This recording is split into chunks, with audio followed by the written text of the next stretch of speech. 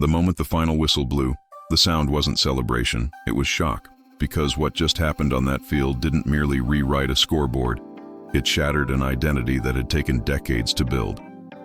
Alabama didn't just lose a football game. Alabama lost its aura, its fear factor, its psychological grip on the entire sport. And when Stephen A. Smith opened his mouth afterward, he didn't try to soften it. He ripped the bandage off and let the truth bleed. This wasn't a bad night. This wasn't a fluke. This wasn't one of those "it happens" moments. This was a public dismantling on the grandest stage by a team nobody in Tuscaloosa ever believed belonged in the same sentence as them. Indiana didn't just beat Alabama. Indiana embarrassed Alabama. And in doing so, they exposed something much deeper than a scoreboard could ever show. They exposed a program that has been living on memory, not momentum. They exposed a fan base clinging to ghosts. And they exposed a coaching regime that suddenly looks like it's standing in the shadow of legends it can't possibly live up to. When Stephen A. said this was an awful look, he wasn't exaggerating. He was underselling it. Because this wasn't about losing. This was about losing your identity on national television while the rest of the country watched in disbelief and, for some, satisfaction. This is the moment everything changed. Indiana routed Alabama 38-3 in a game that felt over before it even reached halftime. Fernando Mendoza threw 3 touchdowns like he was playing 7-on-7, while Alabama's offense looked confused, disconnected, and completely overmatched. The Hoosiers didn't sneak by. They dominated. They controlled the line of scrimmage. They imposed their will. They made Alabama look small, and the aftermath was instant chaos. Stephen A. Smith didn't hesitate to call it exactly what it was. An awful look for Kalen DeBoer. Paul Finebaum went even further, calling it a full-blown embarrassment that shook the foundation of what Alabama football believes itself to be. And that's why this moment exploded across the sport. This wasn't just a loss. This was a reckoning. And if you're here for this breakdown, make sure you subscribe and drop a like, because this conversation is only getting louder and more uncomfortable from here. What made this moment so explosive wasn't just the score. It was the way it happened and what it symbolized.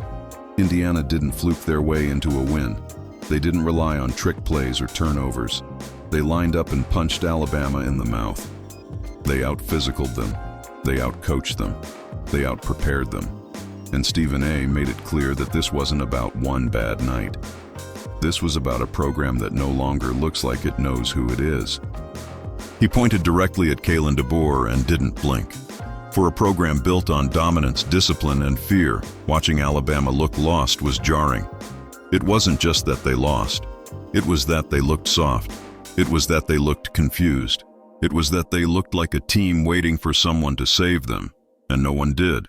Paul Finebaum took it even further, and when Finebaum goes there, you know the ground is shaking. He said Alabama is in shambles, and he meant emotionally, culturally, spiritually.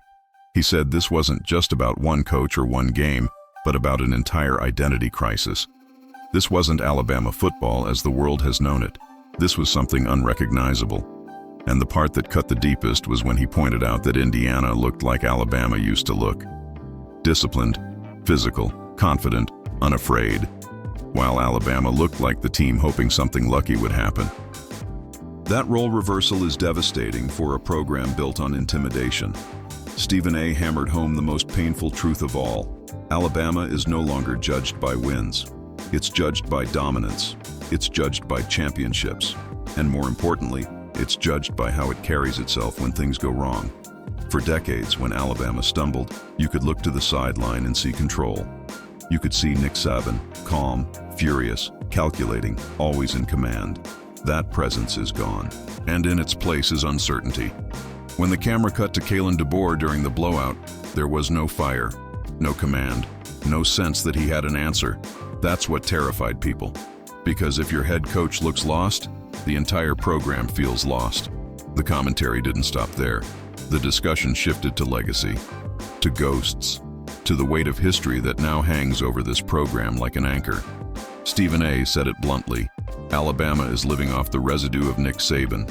The championships, the mystique, the intimidation, all of it traces back to one man who is no longer there. And without him, the mask is slipping. The comparison to the post-Bear Bryant wilderness years wasn't made lightly. That stretch of wandering, of coaches coming and going, of mediocrity masked by tradition, is now haunting Alabama again. And the terrifying part for Alabama fans is that this might not be a short detour. This might be who they are now. What made this loss sting even more was how Indiana did it. They didn't just win with flash, they won with fundamentals.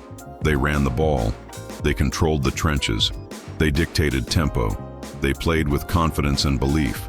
And that belief came from preparation, from coaching, from culture, all the things Alabama used to own. Stephen A. pointed out that Indiana didn't just win a game, they announced themselves. They took a seat at a table no one thought they belonged at. And they did it by exposing the cracks in Alabama's foundation. The conversation then turned darker, more existential. What does Alabama stand for now? Who are they without the aura, without the fear, without the inevitability? When teams no longer walk onto the field already half defeated, what does Alabama become? Stephen A. and Finebaum both circled the same uncomfortable truth. This program is no longer feared. And once that fear is gone, everything changes. Recruiting changes. Preparation changes. Confidence changes. The entire ecosystem shifts. They also made it clear that this wasn't about disrespecting Alabama's history. It was about acknowledging reality.